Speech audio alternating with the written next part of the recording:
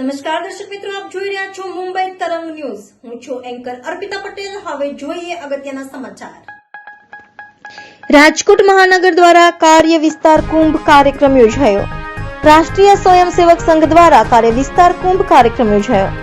સહસરકાર્યવાહ મનમોહન વૈદ્યની ઉપસ્થિતિમાં કાર્ય વિસ્તાર કુંભ કાર્યક્રમ યોજાયો. કાર્ય વિસ્તાર કુંભ કાર્યક્રમ બાદ આરએસએસ દ્વારા પંથ સંચલન કરવામાં આવ્યું. રાજકોટના રેસકોર્સ રિંગ રોડ વિસ્તારમાં યોજાયો પથ સંચલન.